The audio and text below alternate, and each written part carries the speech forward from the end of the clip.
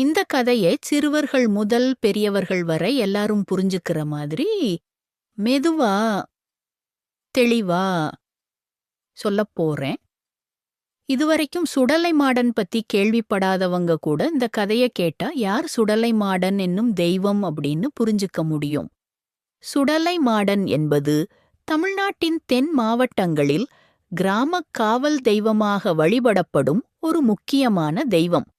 குறிப்பாக திருநெல்வேலி, தூத்துக்குடி, கன்னியாகுமரி மாவட்டங்களில் உள்ள பல கிராமங்களில் சுடலைமாடன் குல தெய்வமாகவும் ஊரைக் காக்கும் காவல் தெய்வமாகவும் வணங்கி வரப்படுகிறார். இவர் பெரிய நகரக் கோயில்களில் அமர்ந்திருக்கும் அரண்மனைத் தெய்வம் அல்ல, கிராம மக்களின் அன்றாட வாழ்க்கையோடு நெருக்கமாக இணைந்த தெய்வமாக இருக்கிறார். மக்கள் நம்பிக்கைப்படி சுடலைமாடன் சிவன் மற்றும் பார்வதி தேவியின் அம்சமாக கருதப்படுகிறார். புராணக் கதைகளில் கைலாயத்தில் பார்வதி தேவியார் 1000 தூண்கள் கொண்ட ஒரு பெரிய மண்டபத்தில் இருந்ததாக சொல்லப்படுகிறது.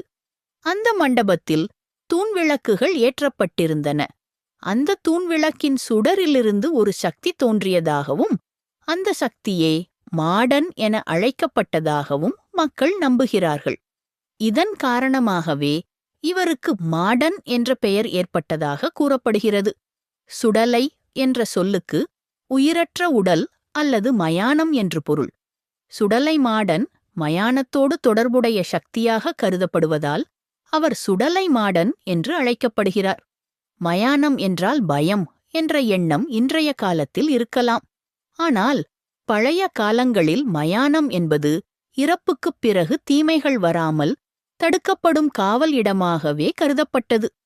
அந்தக் காவல் சக்தியின் வடிவமாகவே சுடலைமாடன் வழிபாடு உருவானதாக மக்கள் நம்புகிறார்கள்.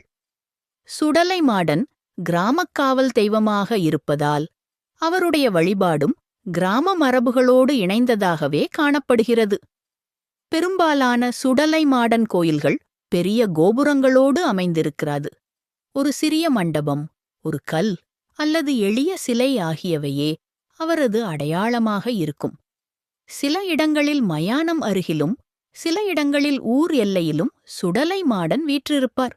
இது ஊரைக் காக்கும் காவல் அடையாளமாகவே கருதப்படுகிறது.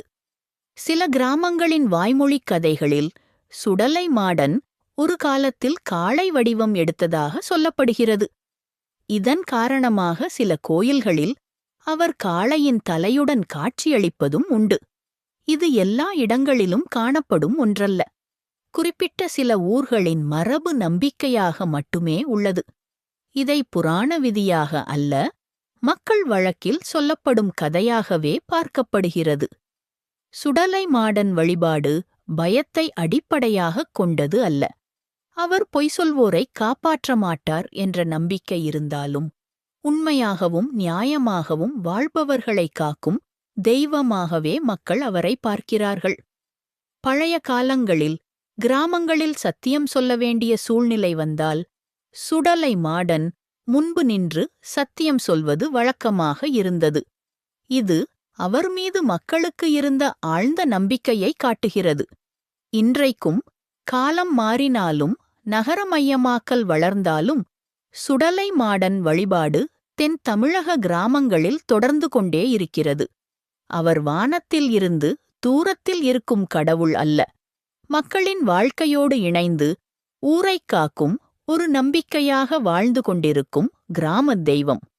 புராண நம்பிக்கையும் ஆகம மரபும் கிராம வழிபாட்டு பழக்கங்களும் ஒன்றிணைந்து உருவான அந்த நம்பிக்கையே சுடலை மாடன் என இன்று வரை மக்களின் மனங்களில் நிலைத்திருக்கிறது.